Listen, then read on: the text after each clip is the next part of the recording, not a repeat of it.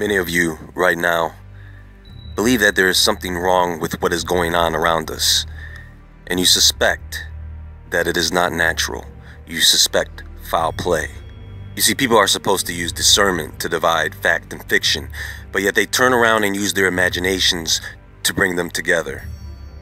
And so now, because of all these theories, they are certain, they are sure these things are being caused by neither God nor nature, but man. See, I do not have all the answers, and I am not always right, but I do know that ever since Haiti was hit with that earthquake back in 2010, every time something bad happens, every time there's some bad weather, people turn their heads and look at things like HAARP. They do. The High Frequency Active Auroral Research Program. People think that they can modify the weather, and they are right, they can. They can do it, but are they doing it? Well, we're going to take a closer look at this, because this is out of control, and I'm not talking about the weather. No, I'm talking about beliefs held with strong conviction, manifested out of misunderstanding, victims of a great deception.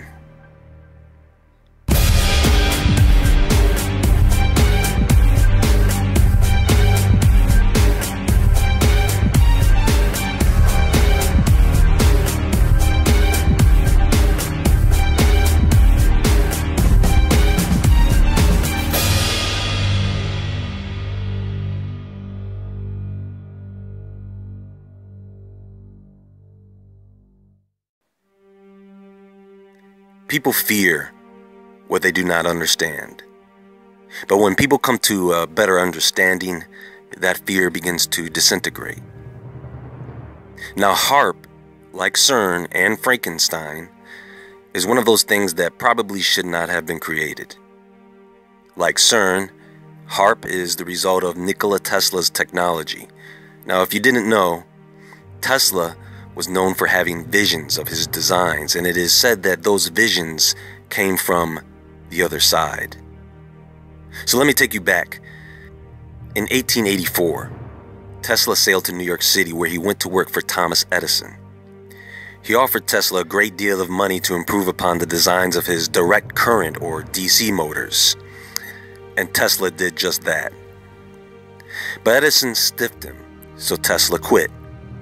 He then went to work for the Western Union Company, developing AC or alternating current power systems. The motors I built there, Tesla said, were exactly as I imagined them.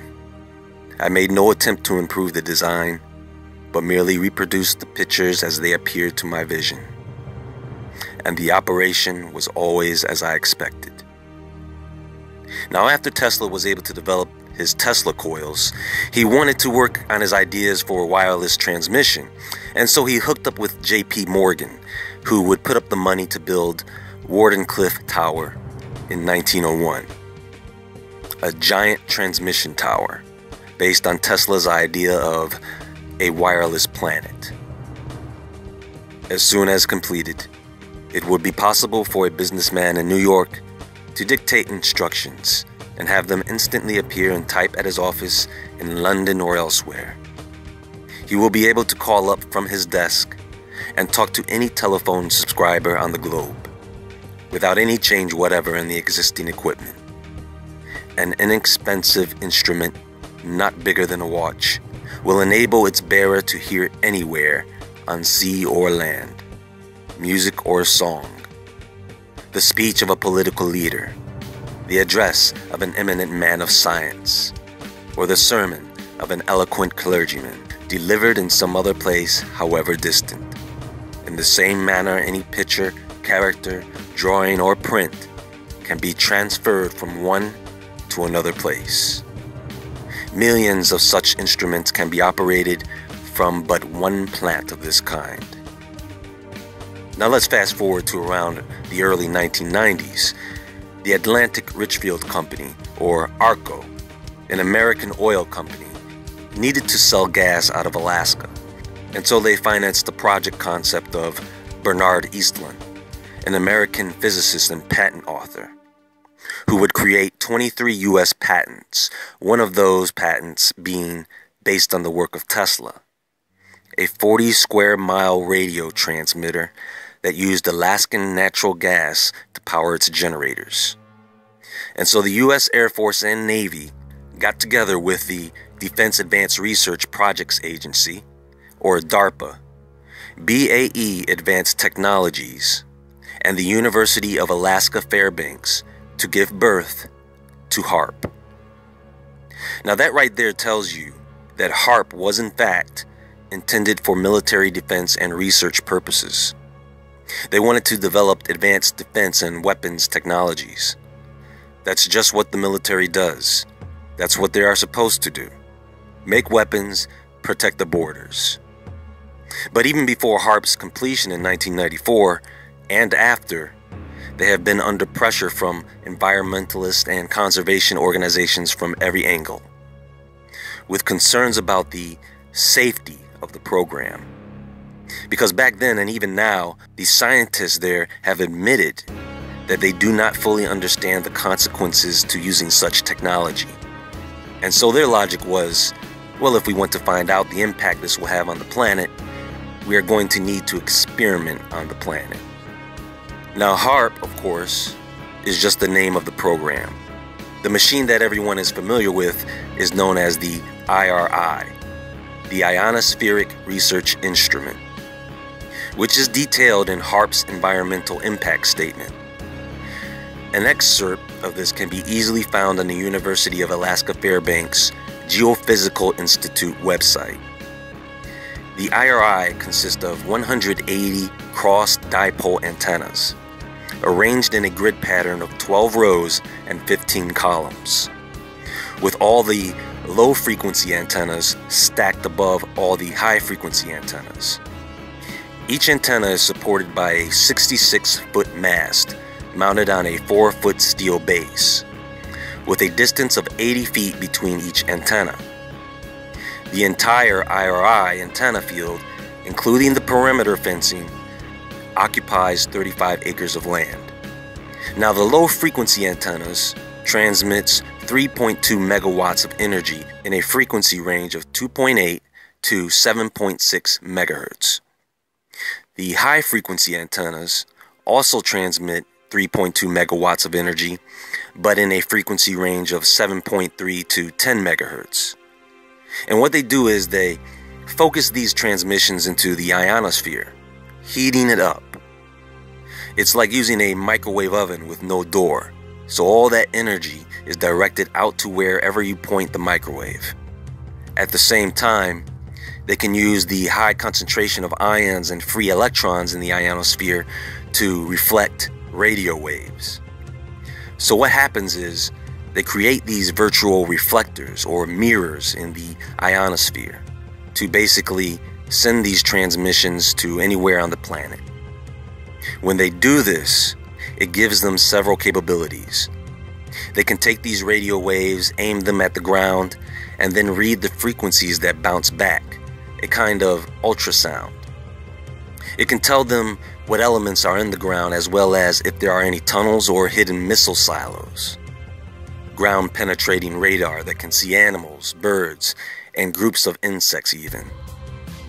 They can use the charging of the ionosphere to act as a global shield. And the idea is, if a missile were launched and it entered the section of the ionosphere that was charged, the intensity of the energy would cause the missile to explode midair. They can even detect stealth aircraft, that which of course is not visible by normal radar, but by HAARP technology. Pretty cool, right? Well, they also discovered that they could manipulate weather. They could push storm systems in certain directions. They could excite a storm system and place that over the enemy to cripple them. They can send lightning. With enough power, they can even pump these transmissions into the ground, creating such violent vibrations that they cause earthquakes and volcanic eruptions. Which brings us to what's happening today. Folks, we are facing back-to-back hurricanes. Harvey, Irma, Jose is making its way up the East Coast, and now Maria is headed for the islands. We've got this nut over in North Korea, a country smaller than New York State, completely surrounded by opposition, pushing buttons, threatening people. Threatening the very same people who own and operate these HAARP-like machines. So why don't they use these machines on this guy? Well, maybe they have. They did deploy the Navy's SBX-1 mobile sea-based radar weather weapon back in 2013 near North Korea. So maybe this is why they seem to not be too overly concerned about what this madman can do. Now the question on everyone's mind lately is HAARP the cause of all the strange and devastating weather phenomena?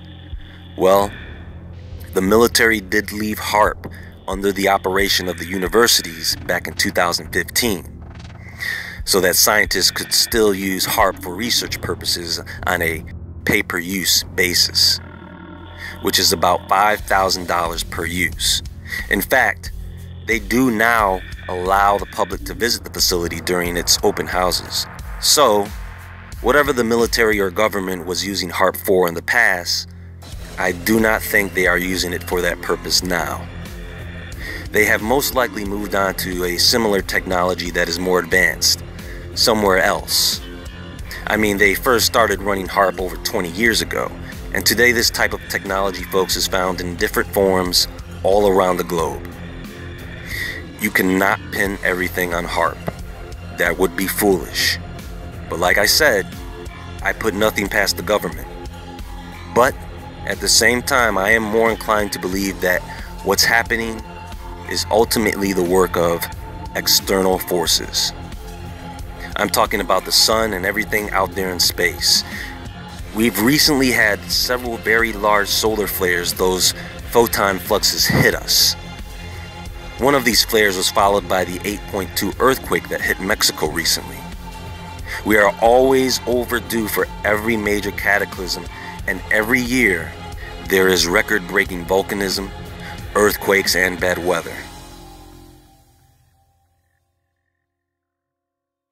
The Earth has been doing this for years now, and we are not living on the only celestial body that has been going through these changes. And as far as I know, they don't have a HAARP on Mars, or on the Moon, or anywhere else in space for that matter. The only other thing that I think could possibly harness this technology is, of course, orbiting satellites. Know and understand, folks, that every time they fire a rocket into space, every time they launch a satellite or use a satellite, every time they transmit to the ISS, every time they fire up HAARP and CERN, they punch holes in the layers of our atmosphere, and Earth has to accommodate for that. It has to fill in these holes, these pockets, with something. So yes, human beings and madmen are part of the problem, but I do not think that they are all of the problem. You see, there are many God-fearing people who do not believe that God is at all responsible for what's happening, and they do not believe He would send a hurricane to ruin lives. But did you know that many of these hurricane victims believe in God now more than they ever did? More and more people are now turning to Him as a result of these happenings. And the Holy Scriptures do state that these things would occur. It just does not state how, only that they will. The point of all this, folks, is do not focus all of your attention on HAARP and what the government is doing, because honestly, I believe they know what's coming, and they just want to hide and protect themselves from it, which is probably why they want to control the elements so bad. And so they are willing to allow everyone to worry about HAARP, while the real threat is closing in on them. So, when I see everyone looking in one direction, folks, I tend to turn in the other direction to see what's coming from behind.